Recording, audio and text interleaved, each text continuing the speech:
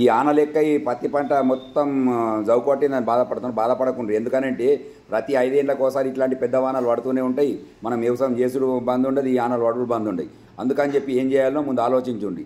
ముందు చేన్లల్లో జౌకొట్టిన చేన్లల్లో ముందు ఆగినటువంటి నీళ్ళని మొత్తం తీసేయండి. తీసేసిన తర్వాత మనం 50 కిలోల ఇంట్లో ఏదన్నా బీజీలో తేరా కానీ నత్రజని సంబంధిత ఏ ఎరువు బస్తా అన్నా కానీ ఉంటే అందులో ప్రతి 50 కిలోల బస్తాకు 2 కిలోల సాప్పాకిట్ అంటే కార్బనిజం మ్యాంకోజెబ్ కానీ కాపరాక్సి క్లోరైడ్ కానీ లేదనుకుంటే గ్లోబల్ అగ్రిసోల్ కానీ బీటాల్ ఇంజెక్షన్ ప్యాకెట్ ఉంటుంది కదా, ఏ దుకాణంలోకి అయినా దొరుకుతాయి.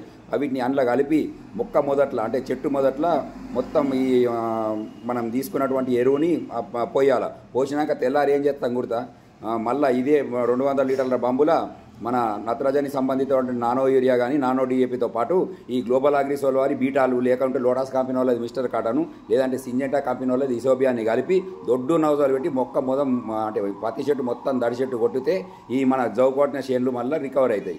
ఎందుకంటే ఈ రైతన్నలు ఎప్పుడు ఆదాయపడకుండా ప్రతి 5 ఏళ్ళకోసారి ఇట్లాంటి ఆనాలు చూస్తూనే ఉంటాం.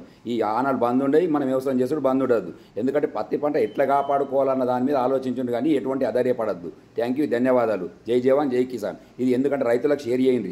ఎందుకంటే ఏ దుకాణంలోకి పోయినా ఈ ఇంజక్షన్ ప్యాకెట్లు కానివ్వండి, ఈ ఇసోబియాన్ కానివ్వండి, ఈ లోటస్ కంపెనీ వాళ్ళది మిస్టర్ కాటన్ కానివ్వండి, ఈ గ్లోబల్ అగ్రిసోల్ వారి బీటాల్ ఇవి ఎక్కడైనా అందుబాటులో ఉంటాయి. తీసుకొని పోయి ముందు మొత్తం చేన్లలో బురద నీటి తీసిన తర్వాత ఇది పిచికారీ చేయండి. దాని గురించి ఆలోచించండి కానీ ఆనలు పడ్డాయని చెప్పి అల్లారి చేయకండి.